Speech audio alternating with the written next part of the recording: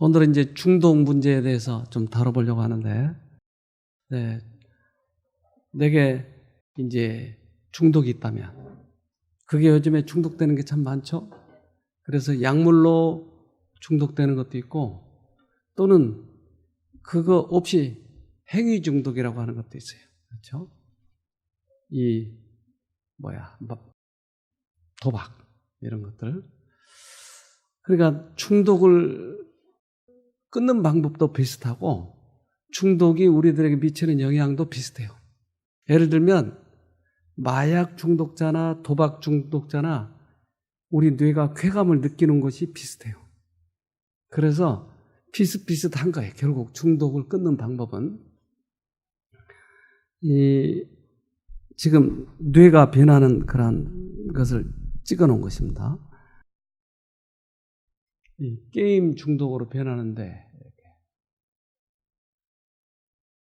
이제 이걸 조금 확대해 보니까 이렇습니다. 마약인 코카인 중독자 왼쪽과 인터넷 게임 과다 사용자의 뇌를 양전자 방출 단층 촬영으로 찍은 모습, 충동 조절 및 인지 기능에 결정적 역할을 하는 전두엽 부위가 비슷하게 높은 활동성을 보이는 것으로 나타나 있다. 네, 그러니까 마약 코카인과 인터넷 게임 과다 사용자하고 비슷해요. 그러니까 그 비슷한 부분에서 쾌감을 느끼고 있다고 하는 것이에요. 그러니까 중독 그러면 우리는 생각할 때 그러한 어떤 약이 우리 몸의 어느 부분을 호르몬을 조장시켜서 그 자체를 계속 찾고 있는 것처럼 착각하고 있다. 근데 보니까 정신적인 문제예요, 이게. 네. 인터넷 빠지면 뇌 전두엽 발달 장애, 이해 판단력 낮춰. 왜 안 좋냐? 인터넷 빠지면 그것은 판단력이 없어져 버린 거예요. 왜? 전두엽이라고 하는 것은 판단을 하는데 이 판단력이 없어져 버린다고 하는 것이. 이게 순발력은 빨라지는데 게임을 하면 빠르게 하잖아요. 근데 생각하고 사고하고 이게 없어져 버려요. 그래서 우리가 여기서 이제 그 부모 학생 프로그램을 하는데 지난 8회 때 사진인데 얘들 중에 꽤 많은 아이들이 여기에 빠져 있어요. 우리나라 지금 청소년들 스마트폰 중독이 반이 넘었어요. 지금 7, 80%예요. 그러니까 누구든지 이거 하고 있는 거예요. 앉아있으면 이거 계속 하고 있잖아요. 그 지하철 가면 보세요. 여러분 지하철 타시잖아요. 다 머리 숙이고 있잖아요. 그러니까 이 사람들이 모두 다 그것을 쾌감을 느끼고 싶어서 하는 것이. 그러니까 이 회로가 망가져 버린 거예요. 그런데 우리 뇌에는 이런 회로가 있어요. 뇌 안에는 기쁨을 만드는 회로가 있다. 뇌 안에는 기쁨을 만드는 회로가 있다. 그러니까 이 기쁨을 만드는 회로를 자극하면 어떨까요? 기뻐요. 그래서 이것을 쥐를 가지고 실험을 해봤는데 인공적으로 쾌감을 일으킨다. 네, 지금 쥐에다가 전기를 자극을 시킬 수 있도록 장치를 해가지고 밖에서 이것을 누르는 거예요. 그런데 이 구멍을 쳐다볼 때마다 자극이 오면 하루 종일 뭘 하겠어요? 구멍만 쳐다보는 거예요. 밥도 안 먹어. 오른쪽 위의 사진은 이게다 가즈타가 박사팀이 실시한 뇌내 자기자극의 실험 모습이다. 생쥐의 뇌에 전극을 넣고 구멍을 보았을 때 전극의 전류가 흐르도록 하면 식사나 수면, 교미라는 본능적인 행동보다도 구멍을 들여다보는 행동이 우선하게 된다. 이러한 뇌내 자기자극에서는 식사를 했을 때와 마찬가지로 기쁨, 쾌정 등이 생긴다고 생각된다. 네. 그러니까 이 기쁨의 회로에다가 자극을 시켰더니 계속 밥도 안 먹고 그것만 하더라 이 말이에요. 그러니까 쥐가 뭘 좋아해요? 왜 좋아해요? 예, 쾌감을 느끼니까. 그러니까 이 동물들도 쾌감을 느끼기를 좋아하는 거야. 인간들은 마찬가지. 그러니까 사실은 중독이라고 하는 게 그 쾌감을 느끼기를 원하더라. 그러니까 이 감정이 어디서부터 잘못됐어요? 여러분 조상 할머니 있잖아요. 네. 창세기 3장 6절 여자가 그 나무를 본즉 먹음직도 하고 보암직도 하고 지혜롭게 할 만큼 탐스럽기도 한 나무인지라 여자가 그 실과를 따먹고 자기와 함께한 남편에게도 주매 그도 먹은지라. 왜 먹었어요? 하나님은 먹지 마라 그랬잖아요. 먹은 이유는 감각에 빠져들었어요.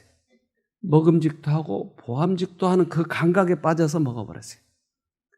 그러니까 거기에서 잘못된 그런 감각들이, 감정들이 후손들에게 이렇게 내려왔어요. 그러니까 우리도 이 감정에 약해요. 먹고 싶은 걸 못 참은 이유가 그거예요. 이걸 먹으면 분명히 독이 되는지 아는데도 입으로 들어가는 것이에요. 이 도박을 하면 분명히 집안이 망쳐들지 아는데도 하는 거예요. 그러니까 이 쾌감을 느끼기 위한 것이에요. 감각, 왜 이렇게 약해졌는지 몰라요. 사단이 어떤 행복한 감정을 줄 수도 있다. 만일 그리스도인들이 감정만을 경험한다면 속임을 당하고 있는 것이다. 주님은 감정을 주지 않고 화평을 실제로 주신다. 네. 그러니까 이 감정에 빠져드는 사람이 신앙도 이상하게 해버린 것이에요. 그래서 기도원에 같은 데 가가지고 막 붕붕붕 뜨면 그게 마치 구원받은 것처럼 착각하는 것이에요. 그러니까 이 감정을 따라가야 되는지 아니면 진리를 따라가야 되는데, 근데 그 진리를 따라갔을 때, 생애에 적용했을 때 깊은 평안함이 와요. 이건 감정과 다른 거예요. 그런데 사단은 이것을 이용해서 붕붕 뜨게 만드는 거예요. 그래서 요즘에는 교회 안에도 북치고 장구치고 해가지고 들썩들썩하게 만드는 거예요. 이게 마치 구원인 것처럼 착각하게 만드는 거죠. 그런데 우리는 하나님과 깊은 교제가 이루어지면 이 마음속에 큰 평안이 오잖아요. 이것을 착각하니까 많은 사람들이 감정에 빠져요. 2주일이라고 아세요, 혹시? 3주일은요? 잘 모르세요. 근데, 이 사람은 2주일인데. 이 사람이 폐암으로 죽었어요. 근데 폐암으로 죽을 때, 건강에 관한 어떠한 그 단체에서 찾아갔어요. 제발, 이 후배들을 위해서 한마디 해달라고. 그랬더니 이렇게 얘기했어요. 날 따라하지 말라니까요. 네. 그러니까 이 사람이 그 코미디를 했잖아요. 그러니까 그 자기가 자주 쓰는 단어예요, 저게. 그러니까 제발 담배 피지 말고 죽지 말라고 하는 것이에요. 이 사람은 폐암으로 죽었는데. 그러니까 담배가 어떤 중독성이 있는지 좀 보도록 합시다. 담배의 유해성이 전 세계적으로 널리 알려진 것은 지금으로부터 50년 전인 1964년 미국 공중보건국의 보고서를 통해서다. 담배가 사망률을 높이고 폐암의 위험성을 높일 수 있다는 사실을 7천여 개의 관련 연구를 바탕으로 입증했다. 미국의 담배 회사들은 위기를 벗어나기 위해 광고에 더욱 집중했다. 말보로 담배는 서부 개척 정신과 강한 남성상을 담배와 연결시켜 젊은 남성들을 소비자로 끌어들였다. 쥐가 버튼을 누르면 몸에 니코틴이 주입되는 장치를 만들고 쥐가 얼마나 자주 니코틴을 찾는지 관찰했다. 30일이 지나자 쥐는 하루에 90회 이상 니코틴 주입 버튼을 눌렀다. 저는 쥐의 뇌에 매일 니코틴을 주입했습니다. 첫째 날, 둘째 날, 다섯째 날, 열째 날엔 뇌에 마비가 일어났죠. 하지만 15일째에는 쥐의 뇌에 아무 일도 일어나지 않았습니다. 마약이 뇌 내부에 존재하는 것에 익숙해지게 된 것입니다. 이 연구들은 니코틴이 중독성을 가지고 있음을 보여줍니다. 담배 회사는 성분 배합도 실험했다. 니코틴을 하루에 120번 주입하는 쥐에게 또 다른 중독 물질인 아세트알데히드를 주었더니 하루 200회를 스스로 주입했다. 그런데 니코틴과 아세트알데히드 성분을 섞어서 주었더니 하루에 무려 500회를 스스로 주입했다. And we found out, if you look at it very carefully, the 우리는 rats like 쥐들이 a little 니코틴보다 more 아세알데히드가 less 약간 많은 배합을 가장 좋아한다는 사실을 Well, 발견했습니다. they increased acetaldehyde 그러자 무슨 일이 일어났는지 아세요? 그들은 말보로 담배에서 아세트 1982년에서 1992년까지 필립 모리스는 담배에 당을 첨가했습니다. When you burn sugar, you form acetaldehyde. 당을 태우면 아세트알데히드가 생깁니다. 그들은 실제로 10년 동안 말보로 담배의 아세트알데히드를 42% 증가시켰습니다. 담배를 피울수록 흡연량이 느는 이유는 무엇일까? 처음엔 담배 한 개 비에도 뇌의 보상회로가 활성화돼 도파민이 크게 증가한다. 하지만 니코틴의 양이 늘어날수록 뇌의 보상회로가 과도하게 자극돼 도파민 수용체의 기능이 저하된다. 약한 자극엔 쾌감을 느끼지 못하는 내성이 생기게 된다. 이런 작용이 반복되면 뇌는 점점 더 많은 니코틴을 지속적으로 갈망하게. 담배에서 돈을 벌기 위해서 자주 피도록 당과 니코틴을 조합을 시켜놨다. 뭐 하기 위해서요? 돈 벌기 위해서. 그래서 사람을 죽이는 거예요. 그러니까 중독을 시켜서 많이 피우도록. 이게 말이 돼요, 이게. 근데 이게 필립 모리스 사회에서 저 양반이 무슨 이상가 그래. 나와서 이제 폭로해버린 거죠. 우리가 이런 실험을 해가지고 결국 그걸 집어넣었다.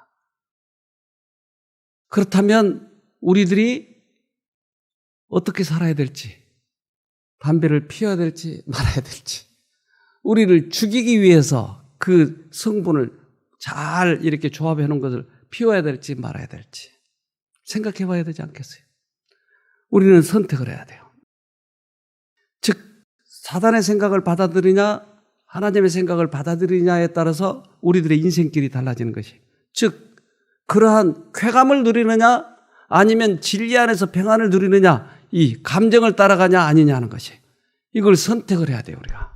로마서 6장 16절, 사람은 누구나 자신이 섬길 주인을 스스로 선택할 수 있습니다. 가령 여러분은 죄를 주인으로 섬겨 죽음을 부를 수도 있고 순종의 종이 되어 의에 이를 수도 있습니다. 여러분 스스로가 자신을 바치는 바로 그 대상이 여러분의 주인이고 여러분은 그의 노예가 되는 것입니다. 그럼 담배를 선택하면 무슨 종이에요? 담배 종이네요. 사단의. 그러니까 얼마나 사단의 걸작품 중에서 최고의 걸작품이에요. 하나씩 물려놓고 죽여가는 거예요. 얼마나 기가 막히게. 쌀을 썩히면 뭐가 돼요? 술이 되네. 배고픈 사람들 먹여야 할 쌀을 썩혀가지고 술을 만들어서 해롱 해가지고 다니게 만드는 게 얼마나 기가 막혀. 죽이기 위해서. 큰 안목으로 보면 사단의 종이 되어서 하나씩 물고 다니는 거예요. 기가 막히잖아요. 그것이 죽을 줄 뻔히 알면서도 저렇게 나를 따라 하지 말라니까요 그러잖아. 이것이 중독이 한두 가지가 아니에요. 성중독도 있을까요? 성중독. 섹스를 하지 않으면 견딜 수가 없는 거예요. 이 사람이 그래서 이 중독 때문에 죽게 됐어요. 벨기에 죽을 권리 인정 성범죄 무기수 안락사. 벨기에 정부가 종신형을 선고받은 무기수의 죽을 권리를 인정해 안락사를 시행합니다. 현지 언론은 벨기에 정부가 강간과 살인 등 혐의로 지난 30년간 복역 중인 성범죄자 프랑코 반덴 블리컨에 대해 오는 11일 서북부 도시 부르지 교도소에서 안락사를 실시할 예정이라고 보도했습니다. 왜 성범죄를 일으키냐는 거죠. 왜? 쾌감을 느끼기 위해서.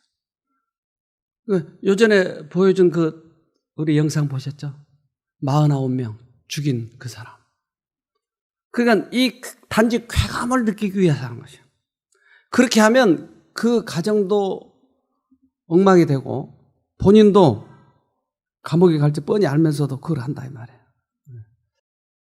종신형을 선고받은 무기수의 죽을 권리를 인정해 안락사를 시행합니다.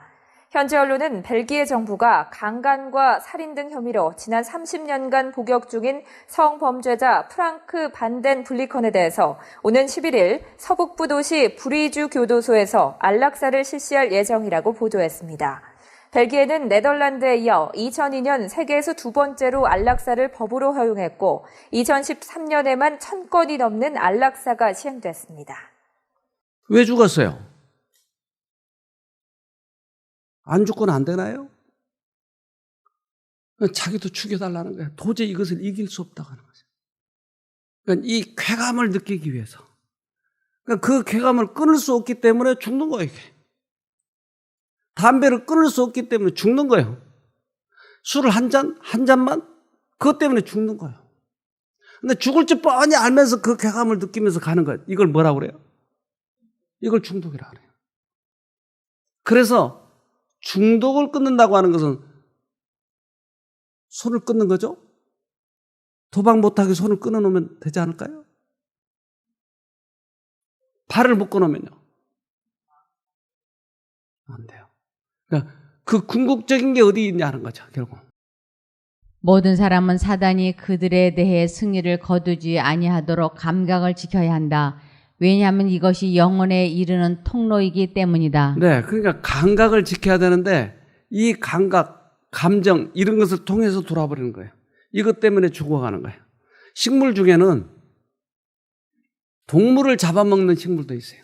볼까요, 한번? 이건 네펜테스라고 하는 벌레잡이 풀입니다. 척박한 토양에서 자라는 이들은 다른 식물들과는 다른 방식으로 질소와 무기질을 보충해야 합니다. 이 잎도 꽃처럼 대가를 미끼로 곤충들을 유인합니다.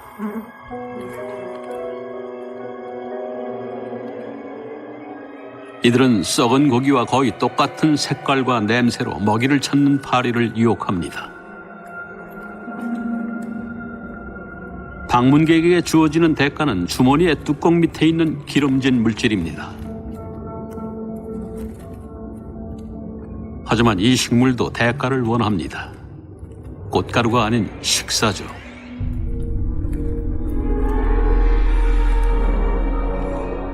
주머니의 입구는 가늘고 미끄러운 골들로 가득합니다.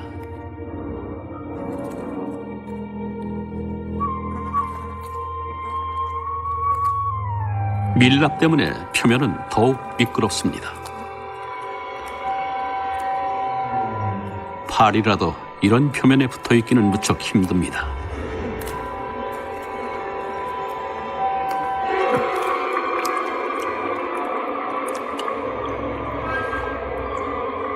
한 번 빠지면 다시 나올 수는 없죠.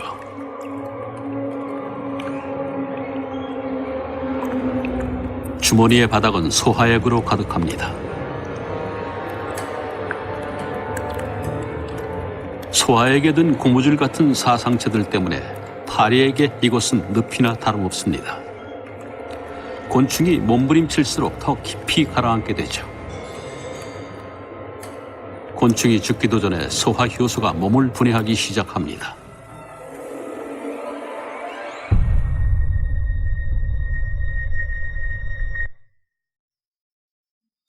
누굴 닮았어요? 중독자 닮았네요. 죽을 줄 뻔히 하면서 그걸 빠는 거예요. 가서 계속. 떨어지면 죽는 거예요. 이것을 자랑으로 생각했어요. 저는 옛날 술 참 많이 먹었어요. 근데 우리 아버지가 유전자로 물려준 것 중에 특별한 유전자가 있었어요. 술에 좀처럼 안 취해요. 그러면 술 먹은 사람끼리는 이게 사나이예요, 사나이. 술 안 취하고. 끄떡없이 탁 앉아서 먹어야 돼요. 근데 그게 자랑이라니까요.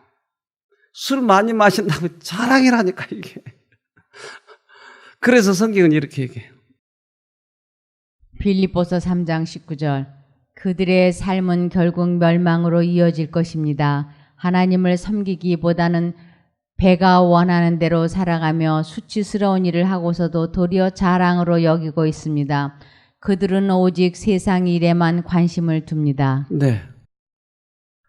그래서 이것이 우리들의 이 충족, 쾌감을 느끼는 것, 이것이 최고예요. 그래서 이 세상이 모두 다 지금 그렇게 돼가고 있잖아요. 그런데 그렇게 계속 살아가다가 우리들에게 교훈을 준 사람들이 있어요. 이 사람이 같은 사람이에요, 틀린 사람이에요? 이 사람과 이 사람이 같아요? 달라요? 마약 먹어서 이렇게 됐어요. 이렇게 이쁜 여자가 이렇게 엉망진창 돼버린 거예요. 너무 인생이 안 됐잖아요. 그래서 주사로도 맞고 코로도 흡입하죠. 그래서 마약에 들어가는 거예요. 그래서 인생이 이렇게 변하는 거예요.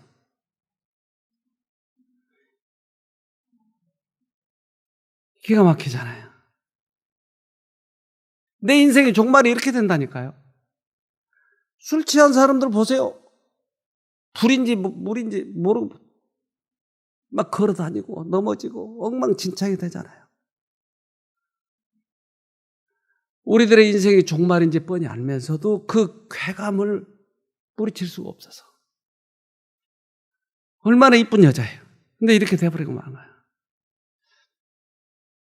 사단은 파멸과 죽음으로 인도하는 정욕과 오락 중에서 그들이 바라는 위안을 찾도록 유혹한다. 사단은 그들에게 저희 입술에서 죄가 될 소돔의 사과를 주고 있다. 왜 사단은 이렇게 주느냐? 그래서 이제 마약 중독 병원에 가서 왜 중독이 됐느냐에 대해서 그들에게 물어보고 이제 자꾸 그 교육을 시켜서 빠져나오게 하려고 하는데 그 인터뷰한 것들을 좀 우리가 봅시다. 환자들은 이곳의 다양한 교육 프로그램을 통해 마약 중독의 고리를 끊고 있다. 오랜 시간 마약 중독자로 살아온 사람들. 이들은 왜 중독에 빠지게 됐을까? 본인 스스로 그 생각에서 벗어나지 못하는 이유가 뭔가요? 그것은 쾌감이죠. 그 생각이 머릿속에서 떠나질 않죠. 제일 처음에 그 느낌. 네. 그거를 자꾸 찾으려는 거죠. 그러니까 양을 조금 늘리고, 처음 그 느낌. 그잖아요. 첫 느낌. 처음에 했을 때 첫 느낌. 그걸 못 잊거든. 이들을 계속해서 괴롭히는 것은 바로 마약이 가져다준 쾌락의 기억.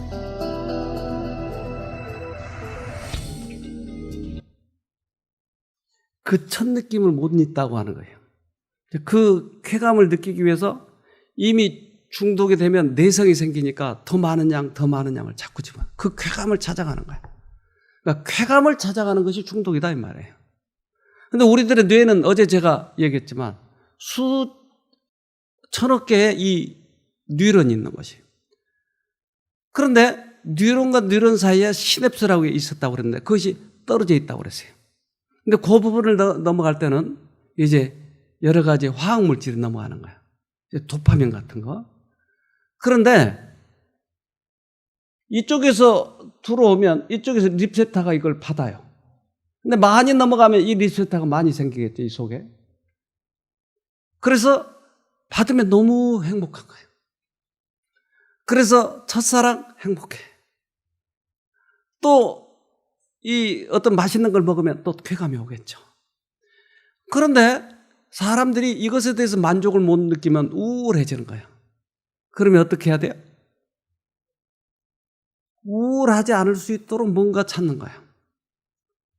그러면 도파민이 많이 나올 수 있는, 예를 들면 마약을 먹는다든지.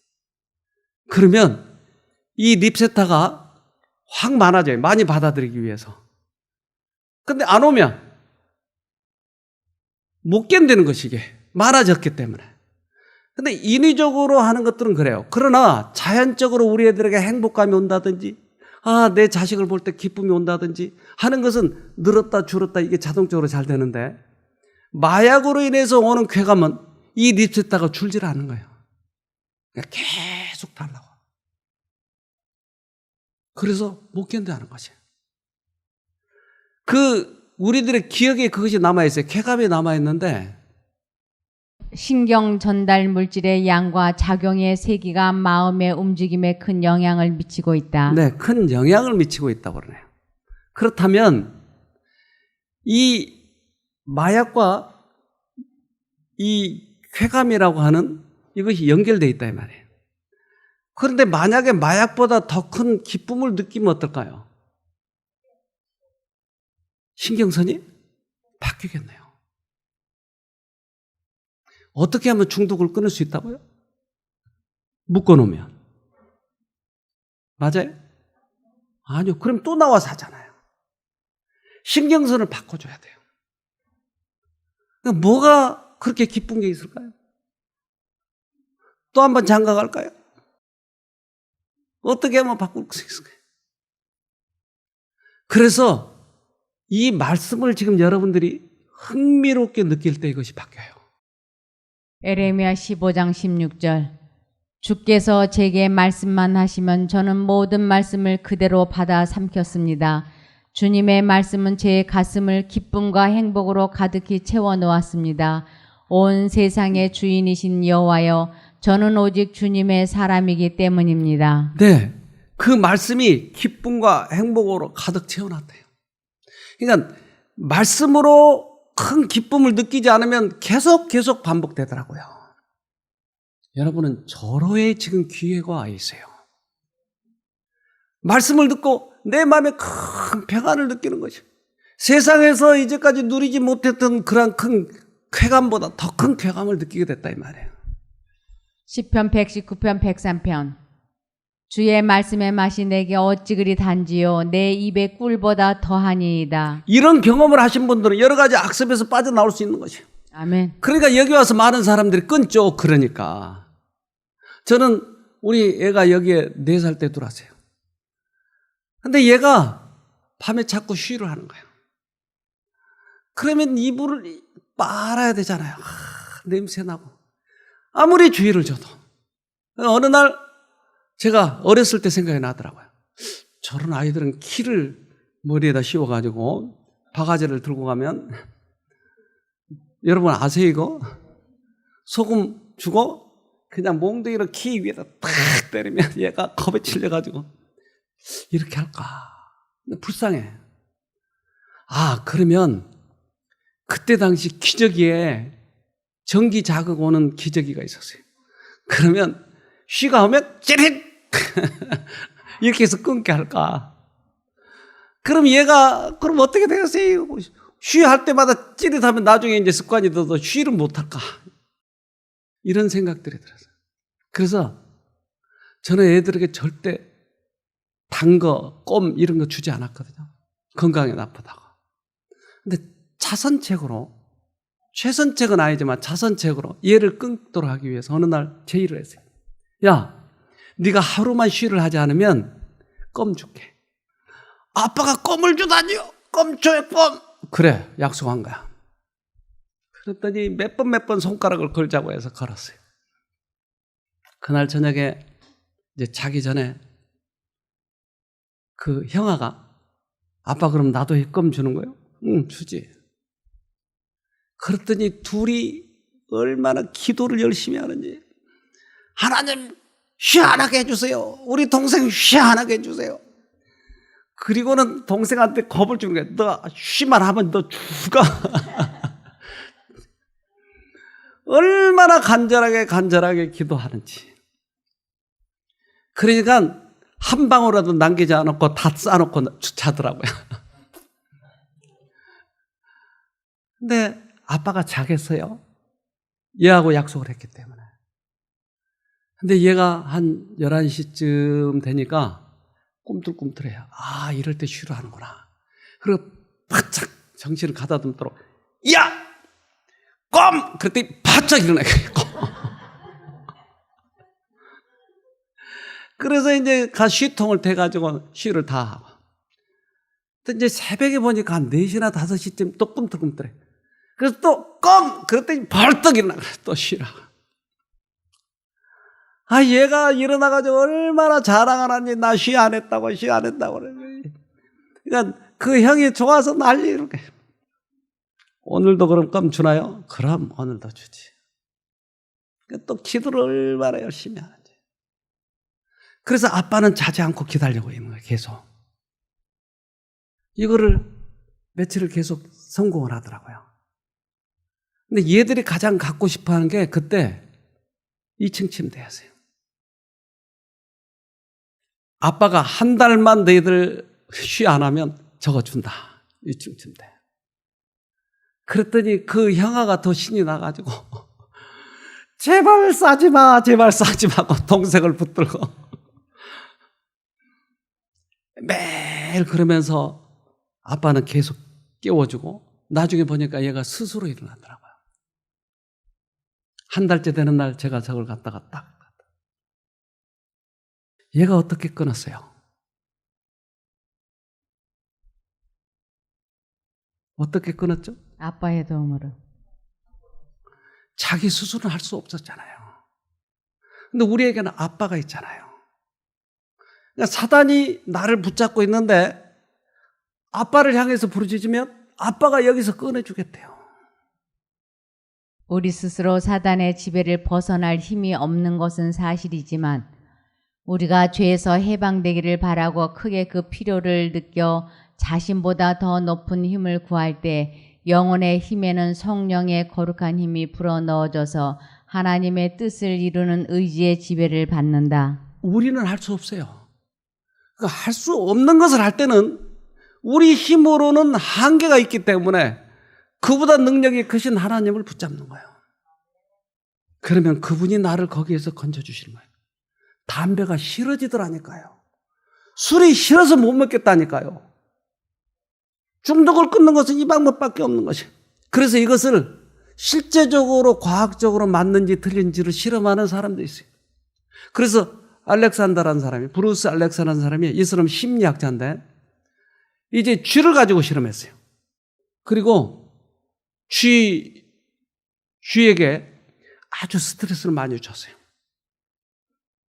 그리고는 물하고 헤로인을 희석 물하고 달아놨어요. 그랬더니 이 쥐들이 계속 헤로인만 먹는 거예요. 물은 마시지 않고. 그래서 이 쥐 공원을 만들었다고요. 이 사람은 쥐 공원을 만든 주인공 심리학자 브루스 알렉산더. 예.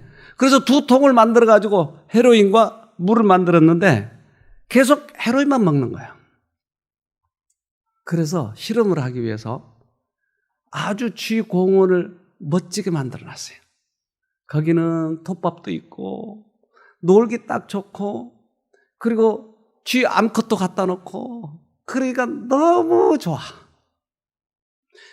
여기에서 먹었을까요? 안 먹었을까요? 헤로인을. 결과를 봅시다.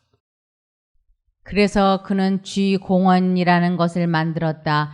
푹신한 톱밥이 덮인 넓은 우리, 환한 조명과 따뜻한 온도, 놀이용 터널과 장난감 공원의 바깥 창살에는 숲 그림이 그려진 초록색 벽지로 둘러감아서 연구원들이 보이지 않게 했다. 그리고 이곳에 쥐들을 잔뜩 풀어놓고 그들이 자유롭게 상호작용하면서 교미도 할 수 있게 허용했다. 그리고 이 쥐들에게 모르핀 희석액과 그냥 물을 함께 주면서 디스펜서에 센서를 달아 각 디스펜서에게에서 쥐들이 물이나 희석액을 마실 때마다 각 개체별 액체의 섭취량을 기록했다. 그 결과 쥐들은 모르핀을 마시지 않았다. 몰핀을 마시지 않았어요. 왜 안 마셨어요? 손을 잘라놔가지고? 아니요. 환경이 바뀌니까. 쥐들끼리 교제가 생기니까. 그러니까 사람들이 항변을 했어요. 아니 그거는 아직 중독 안 걸린 쥐들이니까 그렇지만 중독에 걸린 쥐들은 안 될 거다라고 얘기했어요. 그래서 그러면 이왕 실험한 김에 해보자. 통계적으로 유의미한 차이로 쥐 공원의 쥐들은 우리 안의 쥐들보다 적게 모르핀을 섭취한다는 놀라운 결과를 얻었다. 이에 대해 다른 연구자들은 그 쥐들은 모르핀에 중독되지 않았으니 망정이지 이미 중독이 된 후라면 환경이 변해봐야 소용없다. 중독의 병리적 상태는 환경적 요인만으로서는 어찌할 수 없을 만큼 강력하다고 비판했다. 그러자 내친 김에 알렉산더는 아예 57일 동안 쥐들에게 강제로 모르핀 희석액만 먹여서 중독시키고 그 다음에 이 쥐들을 쥐 공원에 풀어놓았다. 그리고 이 쥐들에게 다시 모르핀 희석액과 그냥물을 함께 줘보았는데 이 쥐들은 쥐 공원에 도착하자 모르핀을 끊었다. 끊었네요. 중독된 사람도 끊었네요. 그래서 이러한 데이터를 가지고 요한 할이라고 하는 기자가 이것을 추적 조사를 했어요. 그리고 그가 그 추적 조사한 것을 테드라고 하는 그런 강연에서 이 사람이 하는데 우리 한번 들어보도록 합시다.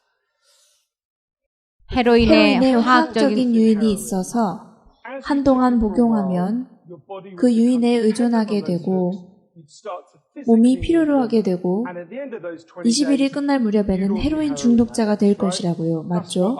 저도 그렇게 생각했죠. 이 이야기가 뭔가 잘못되었다는 것을 알아차리게 된 것은 그 설명을 들을 때였죠. 제가 오늘 테드 강연을 마치고 나가다 차에 치여 엉덩이를 부러뜨린다면 저는 병원으로 이송되어 상당량의 다이아몰핀을 맞을 것입니다. 다이아몰핀은 헤로인입니다. 사실 거리에서 사는 것보다 훨씬 고품질이에요. 왜냐하면 마약 거래상들의 것들은 오염되어 있어서 아주 일부분만이 헤로인인 반면 의사에게 처방받는 것은 의료용이므로 순수합니다. 꽤 오래 투여받게 됩니다. 이 방에 많은 분들이 계신데 모르는 사이 헤로인을 꽤 많이 맞으셨어요. 이 영상을 전 세계 어디서 보고 계시든 그곳에서도 그래요.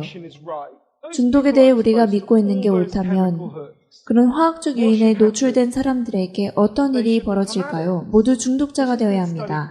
상당히 신중한 연구를 했습니다. 중독되지 않아요. 당신의 할머니께서 고관절 치원술을 받고 나오실 때 마약 중독자가 되어 나오시던가요? 네. 병원에서 고통이 심해서 계속 마약 처방을 받는다고요. 그러면 이 사람이 나와서 마약 중독자가 되느냐 하는 거죠. 그러니까 마약이 중독이 그러한 어떠한 화학 물질에 의해서라기보다는 환경의 변화가 더 중요하네요. 그렇잖아요. 나오니까 너무나 집이 좋고 사이가 좋고 관계가 되니까 이제는 통증 그것 때문에 맞을 필요가 없는 것이에요. 다른 거예요, 달라. 그러니까 중독이 이제까지 오해가 돼 있어요. 이걸 조금 더 데이터를 좀 보도록 합시다. 바로 베트남 전쟁입니다. 베트남에서는 전 미군 중 20%가 헤로인을 복용하고 있었고 당시 뉴스를 보면 그들은 매우 걱정하고 있었습니다. 전쟁이 끝나면 수십만의 약물 중독자들이 미국의 거리에 넘쳐나겠구나. 합리적인 생각입니다. 헤로인을 많이 사용하던 군인들을 집으로 따라갔습니다. 일반 정신과학 기록에서 정말 정밀한 연구를 했는데 어떤 결론이 나왔을까요? 그들은 재활시설에 가지 않았습니다. 금단 증상도 겪지 않았어요. 90%의 사람들은 그냥 끊었습니다. 화학적 유인에 대한 이야기를 믿고 있다면 말도 안 되는 이야기지만 알렉산더 교수는 이렇게 생각했죠. 중독에 다른 측면이 있지 않을까? 그는 마그네약 중독이 화학적 유인과 무관하다면 어떨까? 중독이 당신의 우리와 연관되어 있다면? 중독이 환경에 대한 적응 기전이라면? 이것을 바라본 네덜란드의 피터 코엔 교수는 중독이라 불러서는 안 된다고 말합니다. 교류라 불러야 한다고 말이죠. 사람들에게는 교류하려는 타고난 자연스러운 욕구가 있고 우리는 행복하고 건강할 때 서로 결속하고 관계를 맺습니다. 하지만 정신적 충격을 받거나 고립되거나 삶의 무게에 억눌려 교류를 할 수 없을 때 당신은 안도감을 찾기 위한 어떤 것을 갈구하게 됩니다. 도박이 될 수도 있고 성인물이 될 수도 있고 코카인 대마초가 될 수도 있습니다. 그게 우리의 본능이기 때문에 뭔가와 결속하고 교류합니다. 그게 사람으로서 우리가 원하는 것이죠. 네. 그러니까 중독은 교류라고 하는 거예요. 교류. 사람들과의 관계. 이게 안 될 때 찾아간다는 거예요. 중독. 청소년들이 인터넷을 찾아간 이유는 다른 데서 교류가 없으니까. 그래서 혼자만 해. 거기에서 쾌감을 느끼려고 하는 거지. 네. 요한복음 15장 11절. 내가 이것을 너희에게 이름은 내 기쁨이 너희 안에 있어 너희 기쁨을 충만하게 하려 함이니라. 그래서 주님을 만나면 기쁨이 있기 때문에 그것을 찾을 필요가 없다고 하는 것이에요. 그래서 이 요한 하리 이 기자는 결론을 내는데 이 마약은 어떤 환각작용을 주는 화학적인 요인보다는 사람과의 관계다. 이렇게 결론을 내린 것이에요. 강연자인 요한 하리는 중독의 반대말을 맑은 정신이 아니라 관계라고 했다. 하지만 세상은 인터넷과 와이파이로 긴밀하게 연결돼 있지만 오히려 단절은 점점 늘어나고 있다고 진단한다. 페이북 등 SNS를 통한 교류는 그저 인간관계의 흉내일 뿐이라고 말했다. 네. 그러니까 감정이 서로 교류하지 않는 이러한 그 인터넷상의 오프라인 그 상에서의 그런 교류는 그저 흉내일 뿐이다. 그러니까 직접적인 교류가 필요하다고 하는 것이에요. 그래서 우리나라 실정은 어떤가? 경제협력개발기구 OECD 회원국 가운데 자살률 부동의 1위인 우리나라는 쥐공원보다 쥐감옥에 가깝다고 할 수 있다. 노동시간 1위, 이혼율 2위, 노인 빈곤율 1위에 각종 나쁜 성적표를 거론할 필요도 없다. 그렇다면 중독에 빠진 우리를 구할 동아줄은 무엇인가? 요한 하리는 우리 주변의 중독자들을 구하기 위해서는 그들과 더 밀접하게 교류하고 싶다고 말하고 어떤 상태에 있든 사랑한다고 말해주는 것이 가장 중요하다고 강조한다. 네. 그러니까 우리는 사회에서 이것을 묶어놓고 괴롭히고 못 먹게 하고 그렇게 해서 끊게 하려고 하지만 그들에게 필요한 건 뭐였어요? 사랑이었어요. 교류였어요. 왜 쉼터에 오면 이 사람들이 낫는지 이제 아시지 않겠어요? 큰 사랑을 경험했기 때문에. 그러니까 예수님이 이 땅에 오신 목적이 바로 뭐예요? 그 사람들을 위해서 온 거예요. 예수님이 오신 이유가. 누가복음 4장 18절. 주의 성령이 내게 임하셨으니 이는 가난한 자에게 복음을 전하게 하시려고 내게 기름을 부으시고 나를 보내사 포로된 자에게 자유를 눈먼 자에게 다시 보게 함을 전파하며 눌린 자를 자유케 하고. 네. 그러니까 예수님은 이런 사람들을 건져내기 위해서 오셨다. 포로되어 있는 사람을 건져내기 위해서 오셨다. 내가 이것이 옳은지 저것이 옳은지 죄 때문에 분간을 못한 사람에게 다시 보게 함을, 사단에게 꽉 눌려 있는 자를 다시 회복시키러 이분이 이것 때문에 오셨다고 하는 것이에요. 그래서 하늘과 땅은 지금도 교류가 이루어지고 있는 것이에요. 여기에 술 중독자 한 분이 오셨어요. 근데 그분은 꽤 오랫동안 술 중독이 됐었고 이 알코올릭 그 병원, 그 중독병원에 몇 번 들어갔다 나왔다 하신 분이에요. 좀처럼 안 되니까 마지막으로 안 되면 이제 이혼하려고 그래서 부인과 그 몇 분이 같이 왔어요. 여기 와서 성경을 배우는데 왜 중독 환자에게 성경을 가르치자는 거예요? 왜? 겁을 줘가지고 나가면 죽는다고 겁 줘야지. 이분이 쭉 들으면서 여기에서 감동을 받기 시작한 거예요. 이분이 회복된 얘기를 좀 들어봅시다. 오래됐습니다. 알코올 중독된 지 한 5년 전부터인가 한번 마시게 되면은 끝까지 밤을 새더라고요. 새고 뭐 집에도 안 들어가고 한 2일, 3일 안 들어가는 건 다반사고요. 길게는 막 5일까지 안 들어가고 도저히 안 되겠다. 그렇게 생각을 하고서 작년 4월 달에 이렇게 살다가는 가정적 파탄 나고 아이들 교육상 또 안 되겠다 해가지고 결심을 하고서 그 알코올 전문 병원에 이렇게 택시 타고 제가 제 발로 들어갔습니다. 들어가가지고 한 50일, 한 2달 정도 이렇게 그쪽에서 알코올에 대한 그런 교육 같은 걸 많이 들었습니다. 그것을 습득을 해가지고 이렇게 나왔어요. 전 당연히 가능하겠다. 이제는 끊었다. 그런 그 자신감을 가지고 나왔는데 어디 못 가더라고요. 한 5개월? 우연히 그냥 또 저 친구하고 술 한잔 해야지 하는 생각이 갑자기 들어오더라고요. 한 5개월 동안 끊었다가 작년 9월 달부터 이제 또 그런 생활이 또 반복이 되더라고요. 그래가지고 그 집에서 형님이 넌 안 되겠다. 내가 아는 정신병이 있으니까 그쪽 들어가가지고 한번 치료를 받아봐라 해가지고 제가 또 들어갔습니다. 한 2달 정도 있으면서 밖에 나가 산책을 하는데도 술 생각은 많이 안 나더라고요. 안 나가지고 이 정도면 됐겠다 하고 나왔습니다.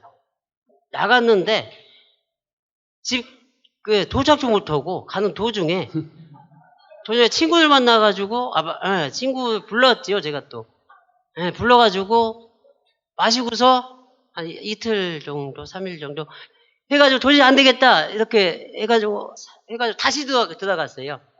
다시 들어가야 되겠다. 딱 들어갔는데 한 일주일 정도 이렇게 한 일주일 정도 있다가 또 나갔습니다. 이번에는 확실히 되겠지 해가지고 나갔는데 이번에도 또 한 이틀 마시다가 마시고 집에 이틀 후에 들어갔지요. 도저히 안 되겠는지 처갓집에서 이렇게 나서더라고요. 체내 쉼터가 있으니까 그 처제가 얘기를 했다고 하더라고요. 형부는 도저히 이 세상 것 가지고는 고칠 수가 없는가 보다. 하나님한테 맡겨보자 해가지고 처제가 이쪽 가보라고 해가지고 비몽사몽간 왔습니다. 아침에 막 깨워가지고 막 하더라고요. 들어올 때까지는 조금 비몽사몽간이었어요. 도착하니까 술이 좀 깨는 것 같더라고요. 그래가지고 원장님은 이렇게 상담하고서 들어왔는데 2주 정도 하니까 어느 정도 십자가에 도가 뭔지 십자가에서 거듭나는 거 하셔가지고 그런 부분들에 대해서 이렇게 귀에 들어오더라고요. 들어오면서 뭔가 이 새로운 빛을 이렇게 찾는 그런 느낌이 이렇게 들었어요. 들면서 내 살아온 생활이 이렇게 반성이 되고 내가 이 하나님의 도, 십자가의 도를 잡지 못하면은 또 그 굴레도 떨어질 수밖에 없다. 내가 이렇게 태어났는데 이렇게 비참하게 이렇게 살아야 되는가. 그리고 하나님 생각들이 계속 들어오면서 계속 잡아 나갔던 과정인 것 같아요. 지금은 많이 행복합니다. 하고 그래가지고 행복하고요. 여기서 배웠던 십자가의 도를 계속 잡고서 이제 최우선으로 하나님을 생각하고 하는 사업을 하는데 제 생을 이렇게 바치게끔 하겠습니다. 여기까지 말씀드리겠습니다. 네. 그래서 아들을 여기 데리고 오고 그 아들이 우리 아빠가 이렇게 평안하게 가족과 함께 행복하게 지내본 적이 없었다는 거예요. 그래서 너 쉼터 가라는 거 왔어요, 아이가. 그래서 그 아이는 또 뭐에 빠졌겠어요? 근데 그 아이가 그렇게 행복해 하는 것이 아빠가 우리하고 밥을 같이 먹다니. 그래서 부인도 와가지고 부모 학생 프로그램 할 때 간증을 했어요. 근데 우리 남편하고 정말 이혼하려고 했다. 근데 남편이 저렇게 돌아오는 건 너무나 감사하다. 우리 한 사람이 중독에서 빠져나오면 가족들이 사는 거예요. 근데 왜 못해요? 그것은 거기서 쾌락을 누리려고 하기 때문에 이제는 하나님을 만나야 돼요. 아무리 오래 굳어진 악습이라도 하나님은 거기서 해방시켜 줄 수 있을까요? 이렇게 말씀하셔요. 베드로전서 1장 18절에서 19절 여러분은 조상으로부터 물려받은 여러분의 헛된 생활 방식에서 해방되었습니다. 여러분도 아시지만 그것은 은이나 금과 같은 썩어질 것으로 된 것이 아니라 흠이 없고 티가 없는 어린 양의 피와 같은 그리스도의 귀한 피로 되었습니다. 네. 그래서 유전적인 것이건 이제까지 악습이었던 그리스도의 피로 얼마든지 해방시킬 수 있다고 하는 것이에요. 이거 실패하면 인생을 실패하는 것이에요. 마약도, 도박도, 술도 모두 다. 그것이 결국 사단의 것이었잖아요. 꼭 승리하기를 바랍니다. 아멘. 기도합시다. 하늘에 계신 아버지, 우리들에게 은혜를 베풀어 주셔서 하나님의 사랑을 다시 깨닫게 해주셔서 감사합니다. 그동안 어떠한 악습이었던, 어떠한 충독이었던 관계없이 주님은 해방시킬 수 있지 않습니까? 그래서 우리가 할 수 없는 그런 부분을 해주실 것에 대해서 믿고 주님께 구하도록 도와주시옵소서.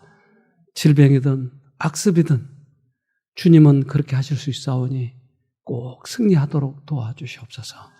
예수님 이름으로 기도합니다. 아멘.